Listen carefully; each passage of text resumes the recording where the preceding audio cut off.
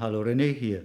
Geht es Ihnen eigentlich auch so, dass Sie manchmal unsicher sind, ob Ihre Hi-Fi-Anlage schon gut genug ist oder ob Sie vielleicht doch noch ein Upgrade riskieren sollten?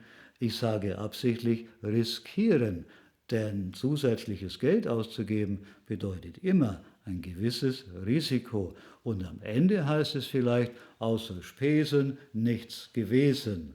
Vergessen Sie aber nicht, das menschliche Gehirn oder besser gesagt seine Programmierung ist ein Meisterwerk der Anpassung.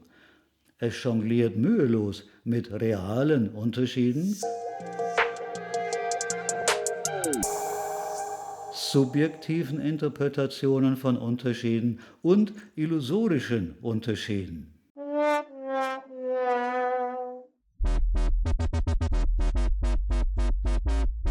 Mit dieser psychischen Mimikry ist es leichter, durchs Leben zu navigieren und sich einigermaßen glücklich zu halten. Ich gebe zu, dass viele auf diversen Ebenen nach Verbesserung streben, aber grundsätzlich sind wir Menschen so strukturiert, dass wir eine Menge Psycho-Apps am Laufen haben, die sich um das sogenannte Zurechtdenken, Zurechtschauen, Zurechtschmecken und Zurechthören kümmern. Diese Gehirn-Apps bewirken, dass wir unsere Umwelt so wahrnehmen und die Daten so manipulieren, wie wir sie lieber hätten und nicht wie die Welt da draußen wirklich ist. Wir benutzen dann als Ausflucht gern das Wörtlein eigentlich. Eigentlich schmeckt das ja ganz gut, aber ich bin diese Küche nicht gewöhnt. Da will also jemand seine Koch- und Essgewohnheiten nicht aufgeben. Eigentlich ist die Frau ja ganz nett, aber ich finde einfach nicht den richtigen Draht zu ihr. Klartext, ich habe mich nicht optimal bemüht. Eigentlich klingt meine Stereoanlage schon ganz prima. Ich müsste nur ein paar Kleinigkeiten ändern, dann wäre sie so gut wie perfekt. Klartext, ich habe Angst, das könnte doch was Größeres werden. Oder schlimmer, es liegt eine katastrophale Fehleinschätzung bzw. Eigenblindheit oder besser zum Thema passend formuliert, eine Eigentaubheit vor. Solche Selbsttäuschungen werden noch verschlimmert durch die Tatsache, dass es ständig Neuentwicklungen und Verbesserungen gibt, dass aber kaum jemand genug Zeit hat, sich um diese ständigen Verschiebungen auf der Werteskala zu kümmern und wirklich fundiert zu entscheiden, ob etwas echter Fortschritt ist, ob uns die Werbung etwas nur einredet oder ob wir im Käfig einer Selbsttäuschung gefangen sind. Die gute Nachricht lautet aber, vieles, was vor einigen Jahren noch sündhaft teuer war, ist heute schon Standard und preiswert zu haben. Denken Sie nur an die Entwicklung der Streaming-Technik. Ein Versuch mit etwas Neuem kann sich also durchaus rentieren. Ich selbst habe mich jahrelang gegen Streaming gesträubt und bin am Schluss zu einer preiswerten Lösung gelangt, obwohl zuerst einmal ein 5.000 € Streamer den Anstoß gab. Man muss nicht immer sein geistiges Pferd, also sich selbst, zum Besten halten, man muss nur den Weg finden, auf dem man am schnellsten und effektivsten vorankommt. Als die Eisenbahn auf die geschichtliche Bühne trat, hielt man 40 Stundenkilometer schon für atemberaubend, ja gefährlich oder gesundheitsschädigend. Heute freut man sich, wenn eine Super-High-Speed-Linie mit 200 Stundenkilometer angekündigt wird. Vor 50 Jahren hielten wir Älteren unsere Neckermann-Anlage für den letzten Schrei. Heute wissen wir, dass es Kinderspielzeug war. Gerade mal ein bescheidener Anfang nach Grammophon und Schellackplatten und wir es heute nicht einmal dem Nachwuchs im Kinderzimmer andrehen können. Das war und ist zum Teil immer noch die Gnade des Nichtwissens. Wir sind oft mit dem, was wir kennen und haben, einigermaßen zufrieden, weil wir uns nicht ausmalen können, was noch vor uns liegt. Je weniger wir uns übrigens umsehen bei Freunden, die uns schon voraus sind, in Hi-Fi-Geschäften, auf Messen, je weniger wir vergleichen, desto leichter ist es, eine Illusion aufrecht zu erhalten und uns aufzublähen wie der Frosch im Brunnen und erschrecken beim erstbesten Blick über den Brunnenrand, über die Dinosaurier, die rund um unseren Brunnen herumlungern. Wir haben uns bloß nicht um die weißen Flecken auf der Landkarte rund um unseren Brunnen herum gekümmert. Wir haben sie nicht mit Wissen und konkreter Erfahrung aufgefüllt bzw. beseitigt. Betrachten wir zur weiteren Veranschaulichung, was beim Lesen eines Buches passiert, weil es dem Hören von Musik zumindest psychologisch sehr, sehr ähnlich ist. Um zu veranschaulichen, was beim Lesen eines Buches im Kopf des Lesers passiert, hat ein schlauer Sprachwissenschaftler namens Wolfgang Iser die sogenannte Leerstellentheorie aufgestellt. Sie besagt, dass in einer Geschichte Hunderte und Tausende Details nicht beschrieben werden, dass unser Gehirn aber automatisch von Wort zu Wort, von Satz zu Satz, parallel zur wirklich dargestellten Handlung alle Illustrationen aus dem Unterbewusstsein herunterstreamt und mit dem, was da nur schwarz auf weiß geschrieben steht, verlinkt und die Lücken auffüllt. Ist die Adele im Liebesroman nur füllig oder ein bisschen zu dick? Hat sie schwarze Haare oder blonde? Trägt sie ein Kleid oder Jeans? Steht im Buch aber schon, dass es Jeans waren, fügen wir weitere Details hinzu. Weiße Baumwollsocken und Nike-Sportschuhe oder wollen wir Sandalen bzw. lieber Stiefeletten? Duftete sie nach Parfüm oder nicht? Aufgrund dieser wahnwitzigen Puzzlearbeit, die das Gehirn unbemerkt leistet, wirkt zum Beispiel ein Buch nach 10 oder 20 Jahren wiedergelesen völlig anders, weil sich die Daten im Gehirn in dieser Zeit geändert haben. Und deshalb wird auch ein und dasselbe Buch vom einen geschätzt, vom anderen verurteilt.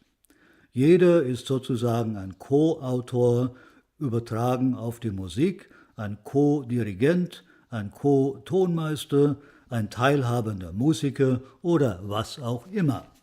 Obwohl weder die Aufnahme noch die Wiedergabe 100% der Originaldarbietung wiedergeben, schaffen wir es, die Musik zu genießen. Deshalb können wir im Extremfall sogar eine Reproduktion über ein schlechtes Autoradio oder ein altes Kofferradio gutieren. Unser Gehirn rekonstruiert viel von dem Fehlenden dazu, wenn wir diese Musik mögen. Vergessen Sie nicht, Liebe macht blind. Zurück zur Analogie. Wenn Sie nach 10 Jahren dasselbe Buch nochmal lesen, kann es sein, dass es Ihnen nicht mehr gefällt, weil Ihnen die jugendliche, blühende Fantasie fehlt oder weil Ihnen der Zuwachs an Reife und Lebenserfahrung hilft, das magere Handlungsgerüst der Geschichte als trivial und hohl zu durchschauen. Ein Zuwachs an Hörerfahrung kann das Gleiche bei der Musik bewirken. O Gott, was haben meine Ohren da hinzufantasiert, jetzt höre ich diesen oder jenen Mangel ganz deutlich. Der vor 2 Jahren noch so tolle Bumsbass ist jetzt unerträglich und die paar kurzen Riffs, das war ja ein Saxophon und eine Trompete, nicht 2 Saxophone. Auf einer Landkarte im Maßstab 1:500 sehe ich ungleich mehr als auf einer Karte Maßstab 1:1000. Deshalb sind zum Beispiel die Größenrelationen unvergleichbar überzeugender. Wo vorher das Gehirn über verwischte Größen und Abstände einfach einen aus Erfahrung gewonnenen und jederzeit bereitstehenden Raster darüber gelegt hat, um mehr Ordnung ins Bild zu bringen, entscheidet es jetzt mit einem feineren Datenset, was sich vor meinen geistigen Augen sehen soll. Bei so manchem Rhythmus wusste ich vorher nicht so genau, ob da jemand mit den Fingerkuppen auf einer Camembert-Schachtel herumtappt oder ob da jemand doch zielgerichtet auf einem Bongo feinfühlig eine Rhythmusfolge hinzufügte. Mit Lachs- und Kaviarersatz kann man sehr gute Partyhappen kreieren, aber es wird nie so gut schmecken wie die Originale. Was Geräte wegen ihres zu groben Rasters einmal verloren haben, lässt sich nicht mehr zurückholen, sondern nur durch Fantasie, synthetisch und damit natürlich mit äußerst fragwürdiger Kompetenz ergänzen. Wenn wir mit der Zeit sowohl unsere Anlage als auch unsere Hörkompetenz verbessern, dann ist das ein Gefühl wie aus einem Video über die Südsee heraus in die reale Welt der Südsee einzutreten. Es ist aber wie beim Märchen vom Fischer und seiner Frau. Hören wir später dann doch eine wirklich weitaus bessere Anlage, kommt es womöglich zu einem gewaltsamen Bewertungsreset und wir mogeln uns aus unserem vorherigen Urteil heraus, indem wir sagen, wir hätten bei unserer Ankunft auf der Südseeinsel eine zu dunkle Sonnenbrille getragen. Die hätte uns diese bessere Anlage nun von der Nase genommen. Wenn ich sage, Frank ist 3-mal so stark wie Manfred, weil er 60 Kilo anstatt 20 Kilo stemmen kann, dann ist das eine klare Aussage. Wie ist das aber nun bei High-End? Wann ist Setup A 3-mal so gut wie Setup B? Jetzt haben wir nichts Messbares mehr, wir können eigentlich nur noch in Relationen sprechen und in subjektiven Kategorien. Manche Köche schütten einen Schuss Likör oder Obstler in die fertige Marmelade, bevor sie diese in Gläser abfüllen, und beim Verzehr steigert sich ihr Marmeladebrotgenuss durch eben diesen Aromaschuss und sie würden nie eine Aldi-Marmelade ohne dieses gewisse Etwas gutheißen. Und wer den Geschmack eines 20 Euro Rotweins gewohnt ist, wird die 6 Euro Flaschen verachten.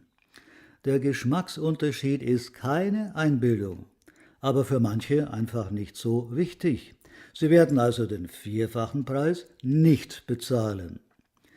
Ich habe gerade in der letzten Zeit auffällig oft das Pseudo-Argument gelesen, um Freude an der Musik zu haben, brauche ich keine hochwertige Anlage. Kehren wir zurück zum Wein.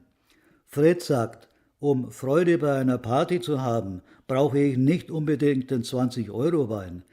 Ich kann mit Billigfussel so stockbesoffen sein, dass ich geradezu in ein Delirium von Freude gerate. Fritz hingegen sagt, ich habe eine selten große Freude bei meinem letzten Weinabend mit Freunden gehabt. Wir haben erlesenen Wein getrunken und uns so gut und gepflegt unterhalten, wie man sich das nur vorstellen kann. Wenn es bei der Musik nur um Tanzen, Mitsingen, Bedröhnung oder Hintergrundberieselung geht, reicht jede Kaufhausanlage aus. Wer aber die feinen Nuancen sucht, wer tiefer in die Musik einsteigen will, wer feine Emotionen oder gar fast esoterische Höhenflüge machen will, braucht ein verdammt fein gewebtes Klangnetz. Und der erkennt dann resignierend, dafür brauche ich aber eine Anlage, die das vermitteln kann. Und dann wird es schwierig und teuer.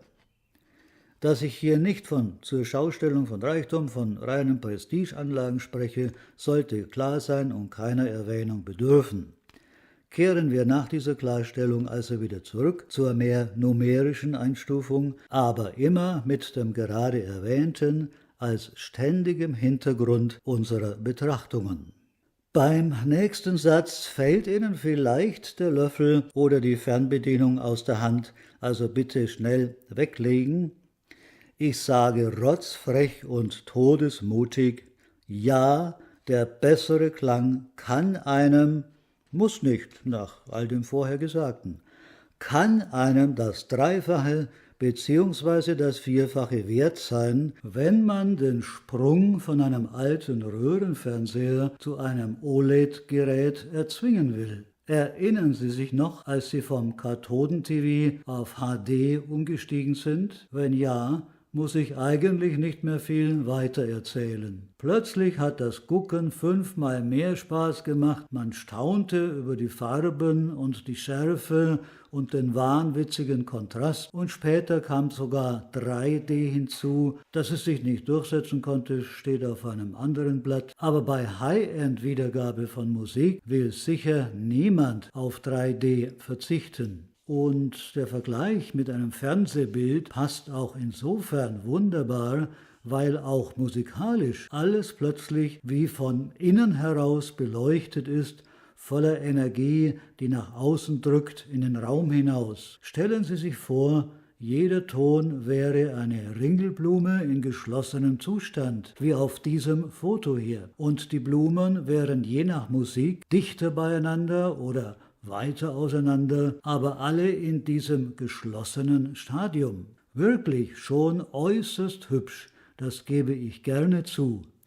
Aber eine wirklich gute Anlage bringt diese Blumen dazu, sich zu öffnen.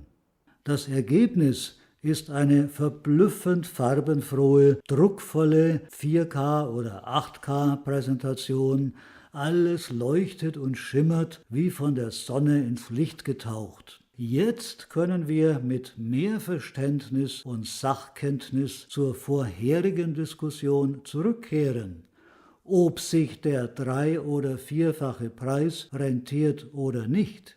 Die Handlung im Fernsehfilm bleibt immer gleich, wie die Noten für eine Symphonie oder ein Lied. Selbstverständlich rentiert sich die Mehrausgabe insofern überhaupt nicht. Aber die Bilderwelt ist einfach überwältigender in 4K. Die Farbintensität, der Kontrast, übertragen Sie das alles auf die Musik, dann haben Sie mich verstanden. Wenn der Krimi spannend war, klebten die Augen der Zuschauer sogar in Schwarz-Weiß-Zeiten am Monitor wie die Fliegen auf dem Leimpapier. Aber ich meine, sie versäumten trotzdem eine ganze Menge, bildmäßig eben.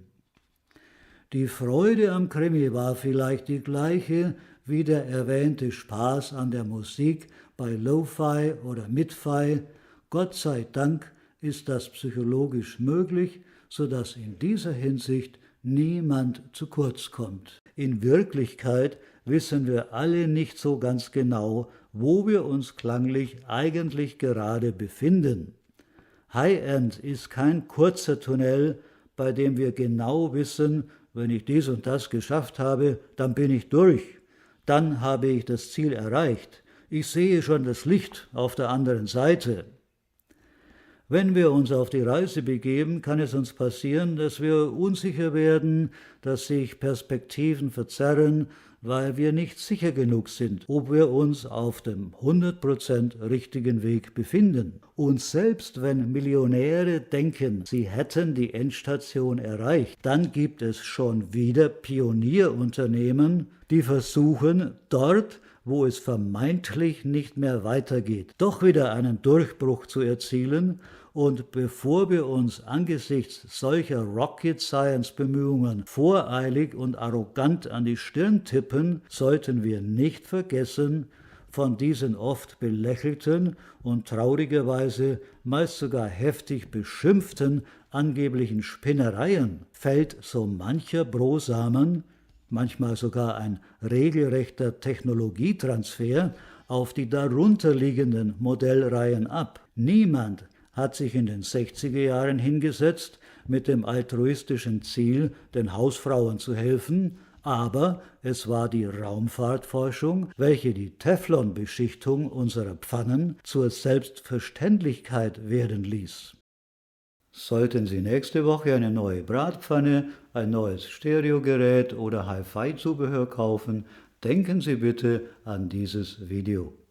Tschüss.